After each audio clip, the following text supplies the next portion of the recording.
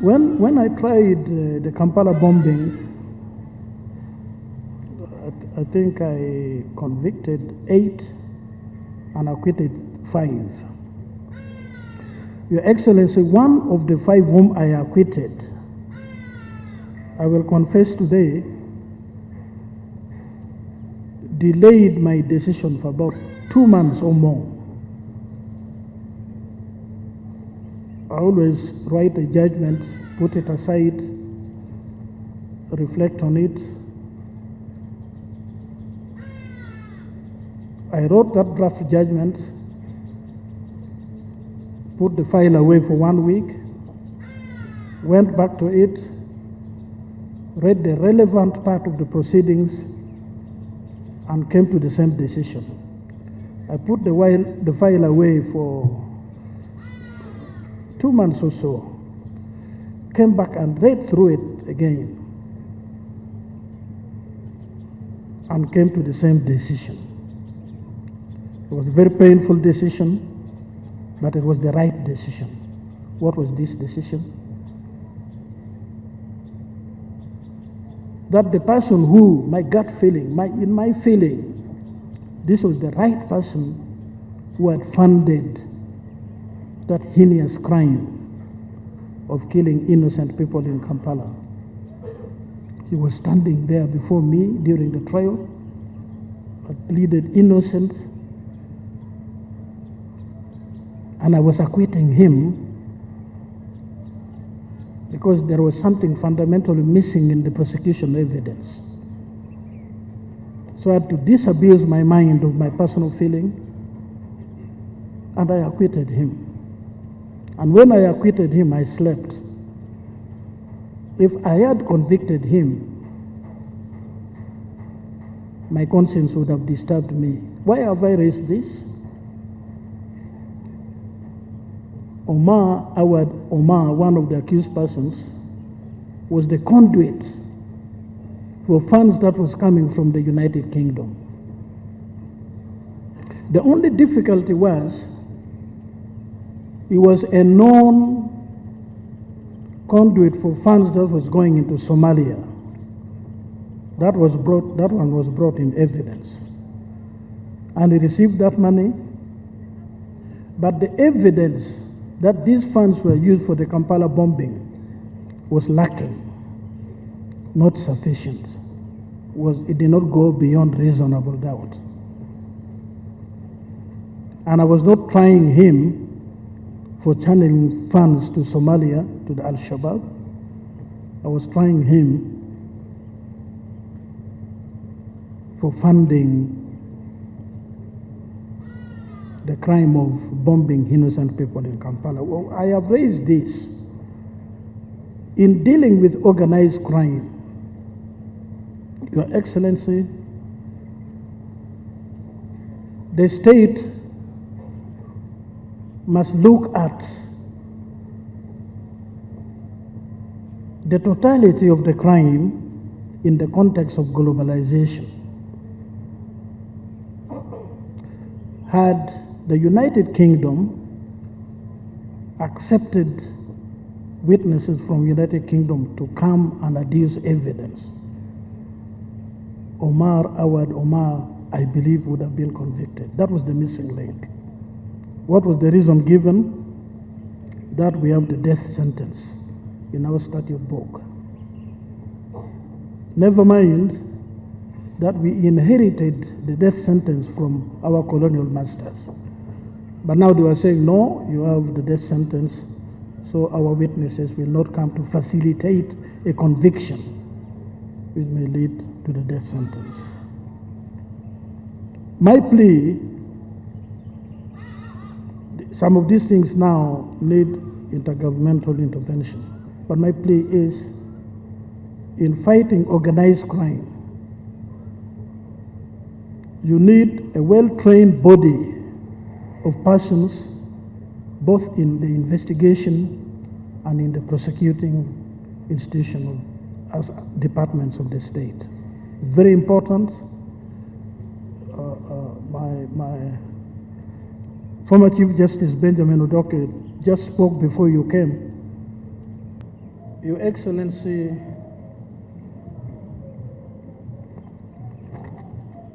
Joan Kagezi was murdered when she was leading the prosecution of the Kampala bombings before me.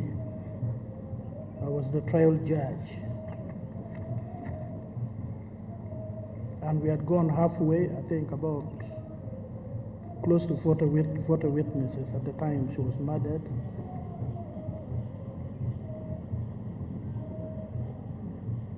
We were all profoundly traumatized. I remember when the Director of Public Prosecutions then, now Justice of the Supreme Court, Mike Chibita, came to introduce the new lead prosecutor. He wept in court, and it was a very difficult moment for the trial judge.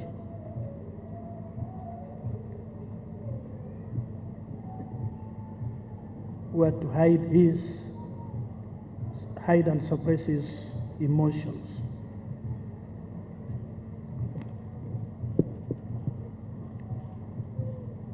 When I was summing up to the assessors at the end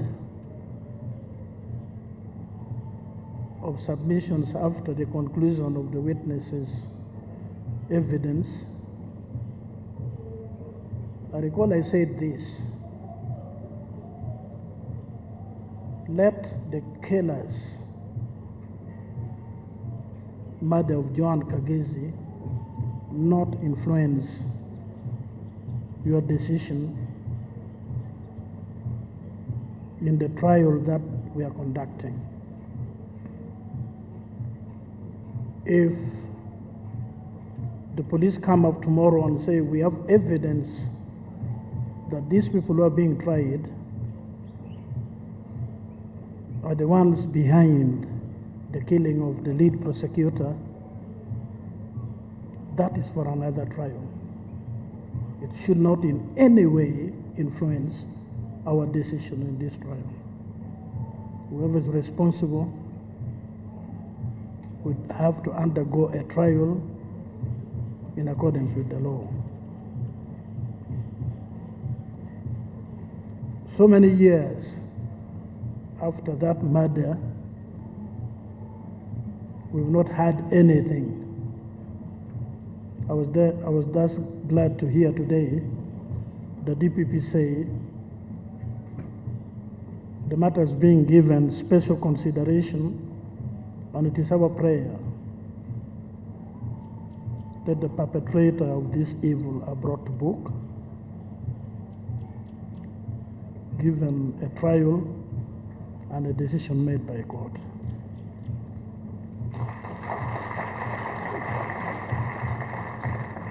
And the Directorate of Public Prosecution is just one cog in that wheel, the justice wheel. Those of us who find ourselves participants and those of us who find ourselves heads of justice institutions speak on behalf of the hundreds and thousands, and indeed we speak on behalf of the people of Uganda who are beginning to see a difference in the working of the justice system. And this is directly attributable to you, who are in the midst of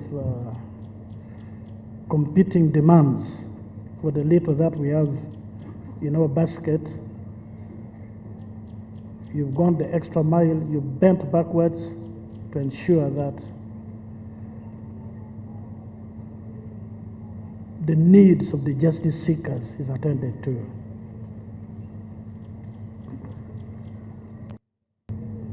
An effective criminal justice system would thrive on expeditious handling of cases that come. You've spoken many times, actually you have talked incessantly over prioritizing certain cases like murder, treason, I hope organized crime is one of them. Drug trafficking, human trafficking, money laundering. But it's also our prayer that the capacity of the police investigating arm is strengthened so that when these matters come up, there is expedited investigation, expedited decision to prosecute, and expedited trial. That's what the Constitution provides for. So that when the witnesses are still fresh, their memory still recalls what happens with persuasive authority, the matter is dealt with.